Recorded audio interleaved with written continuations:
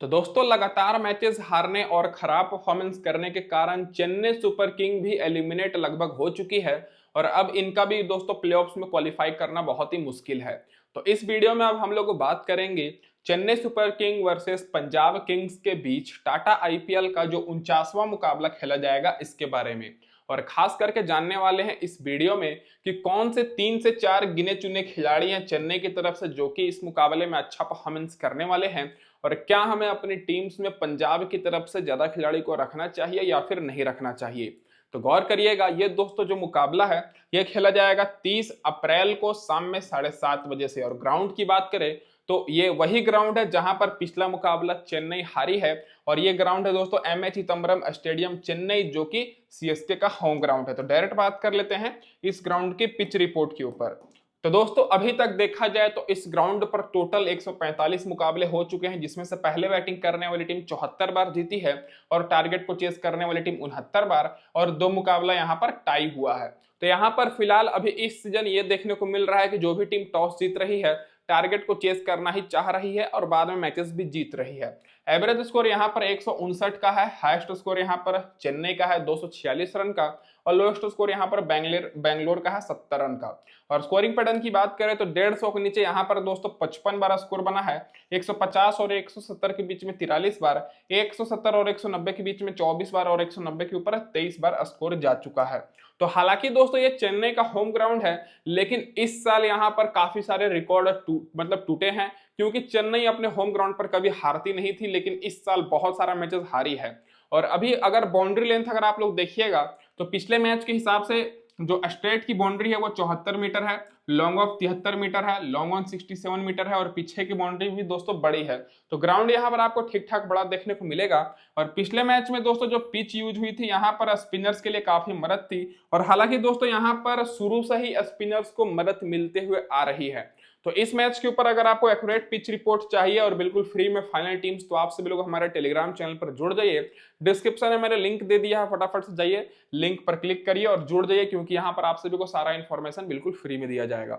अब जो मुकाबले यहाँ पर रिसेंट में खेले गए हैं इसके अगर आप लोग स्टैट्स देखिएगा तो जो पिछला मुकाबला हुआ वो चेन्नई और हैदराबाद के बीच हुआ था। दोनों टीम्स का परफॉर्मेंस बहुत ही खराब था, दोनों टीम्स पॉइंट्स टेबल में आखिरी नंबर पर थी, लेकिन पिछला मुकाबला हैदराबाद चेन्नई के होम ग्राउंड पर हराई 5 विकेट से जीती, जिसमें फास्ट बॉलर को 11 विकेट और स्पिनर्स को 4 विकेट मिली। उससे पहले जो मुकाबला हुआ था ये कोलकाता और चेन्नई के बीच हुआ था, और इस मैच में भी दोस्तों चेन्नई हार गई थी 8 विकेट से, जिसमें फास्ट बॉलर को 4 विकेट और स्पिनर्स को 7 विकेट मिली थी। और उससे पहले जो मुकाबला हुआ था वो दिल्ली और चेन्नई के बीच हुआ था, और इस मैच में दिल्ली ने पहले बैटिंग करते हुए 183 रन का टारगेट दे दिया, और बाद में चेन्नई से वो टारगेट ही चेज नहीं हुआ और दिल्ली की टीम 25 रन से जीत गई, जिसमें फास्ट बॉलर को 5 विकेट और स्पिनर्स को भी 5 विकेट मिली। तो अगर आप लोग देखेंगे तो ये इतिहास में पहली बार हो रहा है कि चेन्नई लगातार अपने होम ग्राउंड पर मैचेस हार रही है और पिछला तीनों मुकाबला हारी है। इसका मतलब यह है कि इस मुकाबले में आपको चेन्नई की तरफ से थोड़े कम खिलाड़ी को लेकर चलना है। और पिछले तीनों मुकाबले मिलाकर देखा जाए तो तेज गेंदबाज को फास्ट बॉलर को मिली है 20 विकेट और स्पिनर्स को 16 विकेट।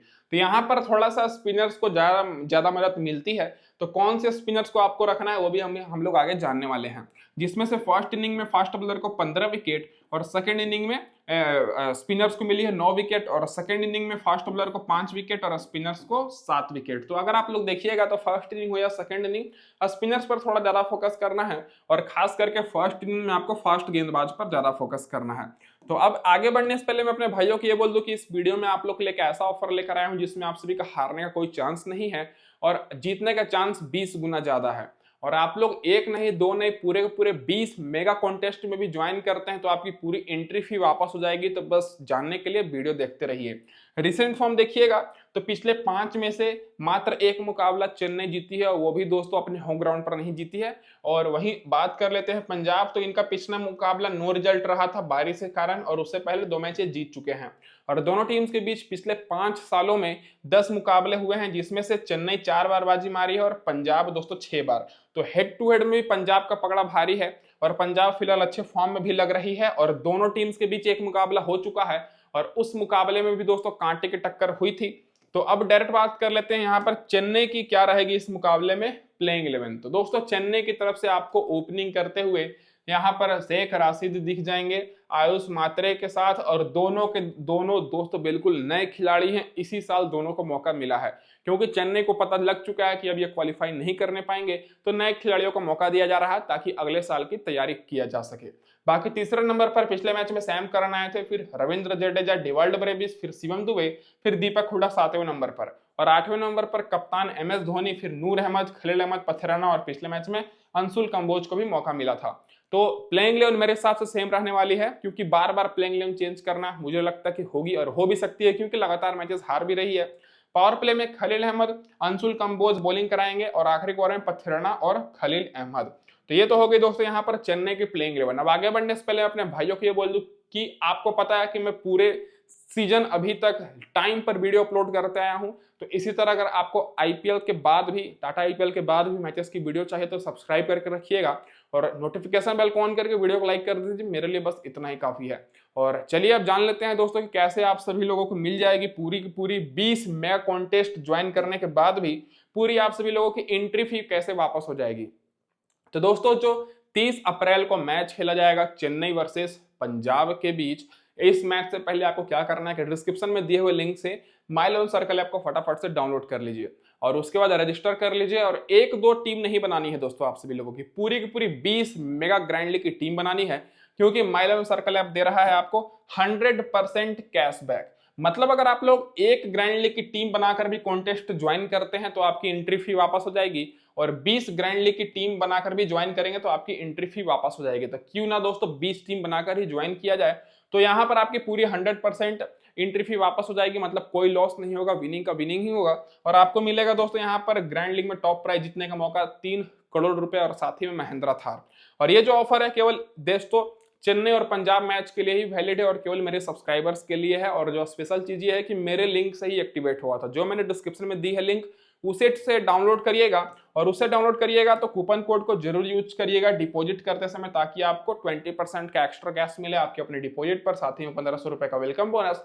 और जो मैं आखिर में टीम दूंगा उस टीम का आपको डायरेक्ट माई इलेवन सर्कल पर अपलोड कर देनी है, तो फिर आपकी टीम डायरेक्ट बनकर तैयार हो जाएगी। अब इसके बाद डायरेक्ट बात कर लेते हैं सारे खिलाड़ियों के रिसेंट फॉर्म के ऊपर। तो अगर आप लोग चेन्नई की तरफ से देखिएगा तो इनके जो बैट्समैन हैं उसमें से केवल 2-3 ही खिलाड़ी अच्छे फॉर्म में हैं, नहीं तो बाकी सारे खिलाड़ी आउट ऑफ फॉर्म चल रहे हैं। शेख राशिद की बात करें तो इसी ग्राउंड पर पिछले मैच में 0 रन पर आउट हो गए। उससे पहले इनको 2 मैच में मौका मिला था, 19 रन और 27 रन की इन्होंने पारी खेली है। रिसेंट फॉर्म उतना ज्यादा बेहतर नहीं है, तो मेरे हिसाब से इस मुकाबले में रिस्की रहने वाले हैं। उसके बाद अगर आप लोग टॉप ऑर्डर से कोई खिलाड़ी को रखना चाहते हैं तो आयुष मात्रे को रखिएगा। बहुत ही दोस्तों इंस्पिरेशन वाली इनकी कहानी है, और बहुत ही मेहनत इन्होंने किया है।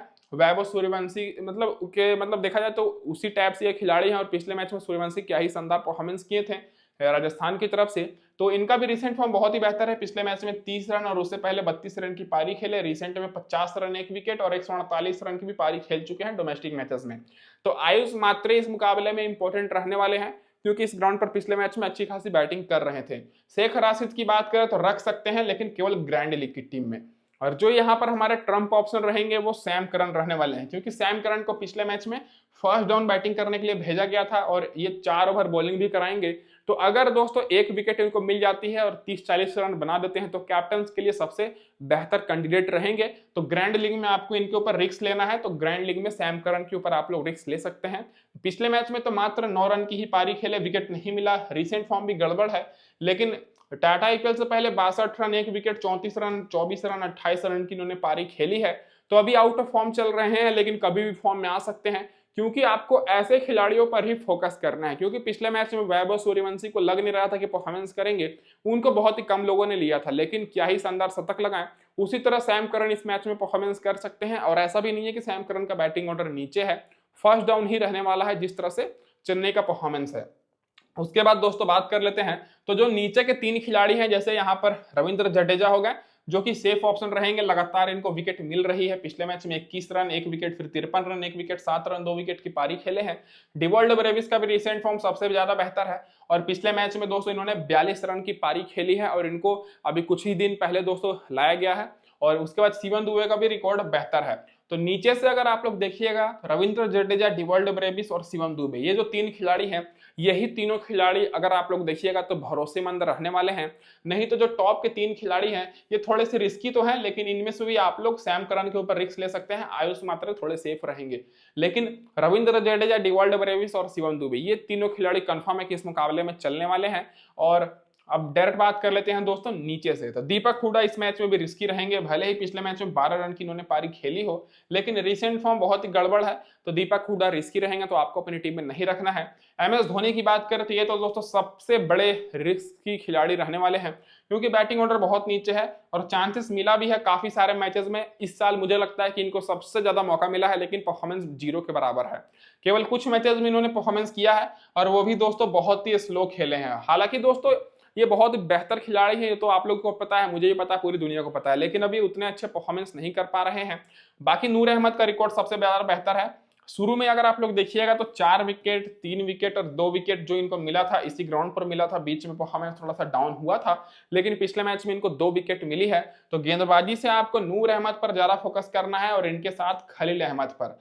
पथिराना को मैं नहीं बोलूंगा लेने के लिए, क्योंकि पथिराना एक तो महंगे साबित हो रहे हैं। शुरू में परफॉर्मेंस बेहतर था, लेकिन पिछले दोनों मैच से इनको विकेट नहीं मिली है। तो खलील अहमद पर आप लोग फोकस करिएगा, जो कि लगातार शुरू में तो अच्छा परफॉर्मेंस किए ही थे, लेकिन पिछले मैच में भी इनको 1 विकेट मिली। बाकी अंशुल कंपोज ग्रैंड लीग के लिए बेहतर रहेंगे, पथिराना भी ग्रैंड लीग के लिए। अब ये तो हो गई दोस्तों यहाँ पर हमारी चेन्नई के सारे खिलाड़ियों के recent form. Head to head record और वेन्यू रिकॉर्ड की बात करें तो शेख राशिद और आयुष मात्रे अभी तक पंजाब के खिलाफ एक भी मैच नहीं खेले हैं हेड टू हेड में, और ग्राउंड पर 0 रन बनाए हैं दोस्तों शेख राशिद और आयुष मात्रे 30 रन, जो कि पिछले मैच का ही है। सैम करन का भी कुछ खास रिकॉर्ड नहीं है पंजाब के खिलाफ, और इस ग्राउंड पर 19 का एवरेज है, 1 ही विकेट मिला है। हेड टू हेड में अगर आप लोग देखिएगा तो रविंद्र जडेजा का 25 का एवरेज है, 26 मैच में 18 विकेट मिला है, ग्राउंड पर 17 का एवरेज है, 49 मैच में 36 विकेट है। तो ग्राउंड पर तो वैसे रविंद्र जडेजा अच्छा परफॉर्मेंस करते ही, हेड टू हेड में रिकॉर्ड बेहतर है। डिवाल्ड ब्रेविस का सबसे बेहतर है, हेड टू हेड में 49 रन बनाए हैं, ग्राउंड पर पिछले मैच में 42 रन। शिवम दुबे 21 का एवरेज है, हेड टू हेड में, ग्राउंड पर 32 का है। दीपक हुडा का 21 का एवरेज है, हेड टू हेड में, ग्राउंड पर मात्र 11 का है। धोनी की बात करें तो 43 का एवरेज है दोस्तों हेड टू हेड में, और ग्राउंड पर 39 का है। तो MS धोनी का जो रिकॉर्ड है वो सारे टीम के खिलाफ बहुत ही बेहतर है, लेकिन अभी आउट ऑफ फॉर्म चल रहे हैं। गेंदबाजी से नूर अहमद 3 मैच में 5 विकेट है, हेड टू हेड में, ग्राउंड पर दोस्तों दुगना विकेट है, 6 मैच में 12 विकेट। खलील अहमद का भी रिकॉर्ड बेहतर है, 11 मैच में 15 विकेट है पंजाब के खिलाफ, और ग्राउंड पर 10 मैच में 12 विकेट। और पथिराना का कुछ खास नहीं है, 1 ही विकेट मिली है, लेकिन ग्राउंड पर 12 मैच में 18 विकेट है, और अंशुल कंबोज 2 मैच में 2 विकेट। तो पथिराना को अगर आप लोग रखना चाहते हैं तो ग्रैंड लीग में ही रखिएगा, या फिर चेन्नई अगर पहले गेंदबाजी करती है तभी रखना है। अब जो खिलाड़ी बेंच पर बैठे हैं, तो आपको पता है कि चेन्नई का परफॉर्मेंस खराब चल रहा है, तो जो खिलाड़ी बेंच पर बैठे हैं उनको भी मौका दिया जा सकता है, तो आप लोग देख सकते हैं। अब डायरेक्ट बात कर लेते हैं कि पंजाब किंग्स की क्या रहेगी प्लेइंग 11। तो दोस्तों जो इनका पिछला मैच था वो कोलकाता के साथ था, बारिश के कारण रद्द हो गया। अच्छा इन्होंने बैटिंग किया था, 200 के ऊपर टारगेट था। और तो इस मैच में भी सेम प्लेइंग 11 ही रहने वाली है। प्रियांश आर्या, प्रभसिमरन सिंह ओपनिंग करेंगे, फिर श्रेयस अय्यर आएंगे, फिर जॉस इंग्लिश, मैक्सवेल वो खिलाए गए थे पिछले मैच में अस्टोनिस की जगह पर। उसके बाद निहाल वडेरा, शशांक सिंह, जैनसन, फिर अजमतुल्ला उमरजाई को खिलाया गया था, फिर अर्शदीप सिंह चहल और फिर हरप्रीत बरार देख जाएंगे। तो सेम प्लेइंग 11 रहने वाली है। और अब डायरेक्ट बात कर लेते हैं सारे खिलाड़ियों के रिसेंट फॉर्म के ऊपर। तो उससे पहले अगर आप लोग देखिएगा तो अर्शदीप सिंह, उमरजाई और जैनसन पावर प्ले में बॉलिंग कराएंगे, और आखिरी ओवर में उमरजाई और अर्शदीप सिंह। अब सारे खिलाड़ियों का रिसेंट फॉर्म देखिएगा तो पिछला मुकाबला जो इनका रद्द हुआ था उसमें इनका टॉप ऑर्डर के बैट्समैन अच्छा परफॉर्मेंस किए थे। जैसे पिछले मैच में प्रियांश आर्या ने 69 रन की पारी खेली थी, प्रभसिमरन सिंह ने 83 रन की। तो ये दोनों खिलाड़ी इस मुकाबले में भी इंपॉर्टेंट रहेंगे। और क्यों इंपॉर्टेंट रहेंगे? क्योंकि एक मुकाबला हो चुका है, जैसा कि मैंने आपको उस मैच में शुरू में ही बताया था। और प्रियांश आर्या जो एक मुकाबले में शतक लगाए थे वो चेन्नई के खिलाफ ही लगाए थे, 103 रन। तो प्रियांश आर्या का रिकॉर्ड चेन्नई के खिलाफ बहुत ही बेहतर है, तो इस मुकाबले में इंपॉर्टेंट रहने वाले हैं। बाकी दोस्तों प्रभसिमरन सिंह भी पिछले मैच में अच्छा परफॉर्मेंस किए थे। श्रेयस अय्यर भी पिछले मैच में फॉर्म में दिख रहे थे, 25 रन की इन्होंने पारी खेली थी। हालांकि रिसेंट फॉर्म ठीक है, लेकिन बहुत सारे मैचेस में फ्लॉप भी हुए हैं। 97 रन, 52 रन और 82 रन की इन्होंने मात्र पारी खेली है 3 मैच में, बाकी 5 मैच में फ्लॉप हुए हैं। जॉस इंग्लिश पिछले मैच में 11 रन की पारी खेले।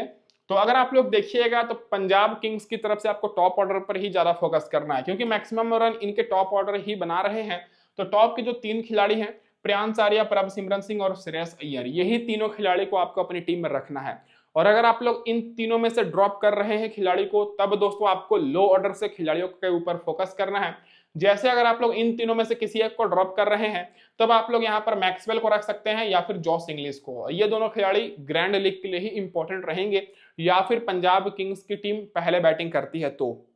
बाकी जॉस इंग्लिश का रिकॉर्ड उतना कुछ खास नहीं है, एवरेज रन ये बना रहे हैं 25-30 रन के आसपास। या फिर अगर मैक्सवेल का लेना जाए तो मैक्सवेल का इस मुकाबले में अच्छा परफॉर्मेंस कर सकते हैं, क्योंकि स्पिनर्स को इस ग्राउंड पर मदद मिलती है, लेकिन बैटिंग से बहुत ही खराब परफॉर्मेंस कर रहे हैं, तो मैं तो अपनी टीम में रिस्क नहीं लूंगा भी तो केवल ग्रैंड लीग में ही मैं लेकर चलूंगा।